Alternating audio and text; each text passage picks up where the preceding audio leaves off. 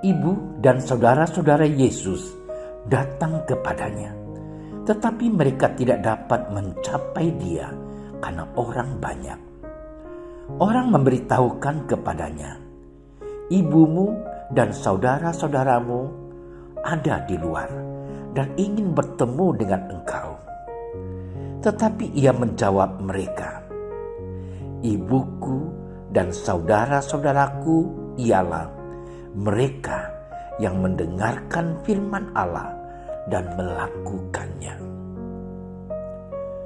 Demikianlah Injil Tuhan.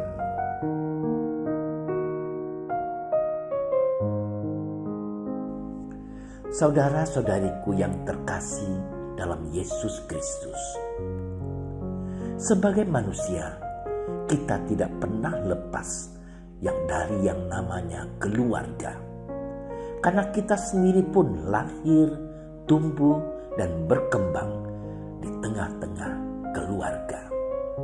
Oleh karena itu tidak bisa dipungkiri bahwa sebagai manusia pastilah kita juga sangat mementingkan keluarga.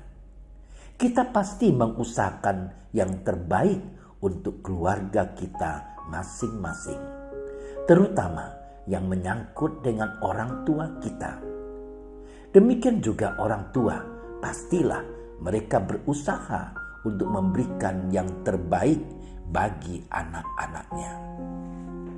Saudara-saudariku yang terkasih dalam Yesus Kristus, berbicara tentang keluarga, ada sebuah kisah yang kiranya bisa menghantar kita untuk masuk ke dalam permenungan hari ini. Dalam suatu perusahaan yang bergerak di bidang furniture, mereka membutuhkan seseorang yang handal di bidang pemasaran. Pemimpin perusahaan bingung dalam memilih orang yang akan ditempatkan di bagian tersebut. Kebetulan juga bahwa anak dari pemimpin perusahaan tadi bekerja di perusahaan tersebut sebagai karyawan biasa. Pemimpin perusahaan itu ingin menempatkan anaknya di bagian pemasaran tadi. Hatinya pun bergejolak karena dia juga menyadari bahwa anaknya masih kurang kompeten dalam melakukan pekerjaannya. Akhirnya dengan sedikit berat hati, dia pun memilih orang lain untuk ditempatkan pada bagian pemasaran tersebut. Saudara-saudariku yang terkasih, apa yang mau dikatakan dari kisah tadi?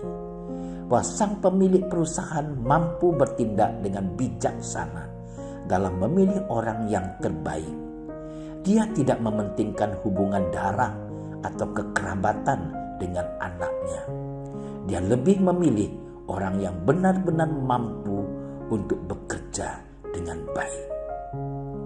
Saudara-saudariku yang terkasih dalam Yesus Kristus, bacaan Injil hari ini menceritakan tentang Yesus, ibu, dan saudara-saudaranya. Orang mengira bahwa Yesus akan mengistimewakan ibu dan saudara-saudaranya. Tetapi tanpa menolak ibu dan saudara-saudaranya, Ia mendudukkan perkara pada dasar yang paling hakiki dan paling dalam. Sebagai penyelamat dunia, Ia harus mengatakan dan menyatakan bahwa ikatan darah bukanlah hal yang selalu menentukan dalam hubungan kekerabatan.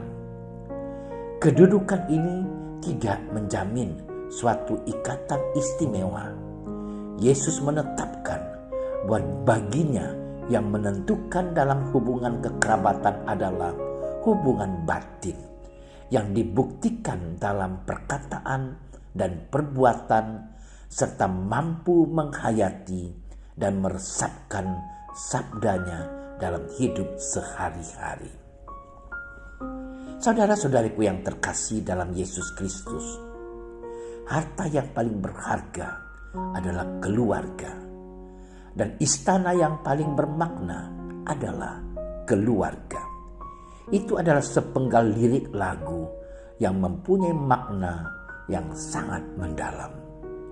Keluarga merupakan tempat pertama dan utama dalam hidup kita di dunia ini.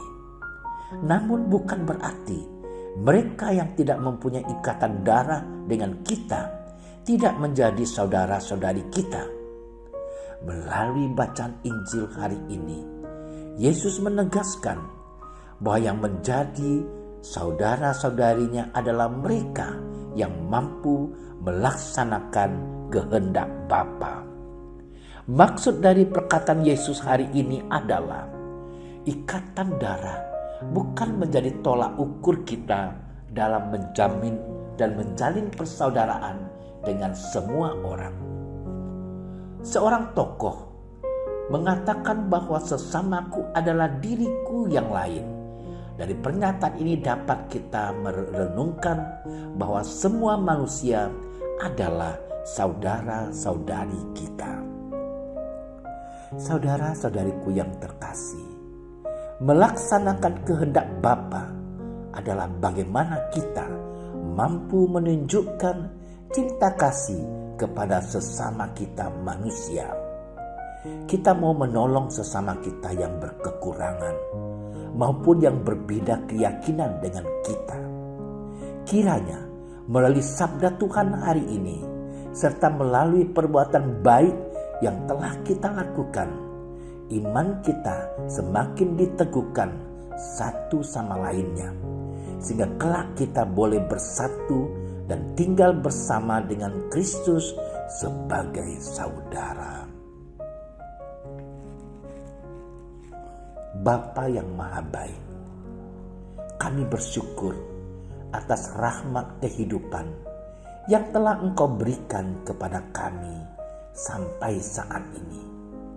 Bantulah kami agar mampu berbagi kasih dengan semua orang, sehingga melalui kasih-Mu pula kami boleh bersatu dengan Engkau, dengan sebagai saudaranya nanti, dengan saudara-saudari kami yang lain.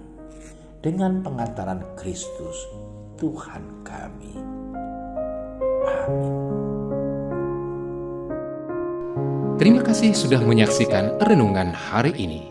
Jangan lupa like, subscribe, dan aktifkan tombol loncengnya agar Anda yang pertama mendapatkan notifikasi updatean renungan harian dari Komsos Keuskupan Padang. Dan bagikan ke sosial media agar saudara-saudara kita dapat mendengarkan dan merenungkan firman Tuhan.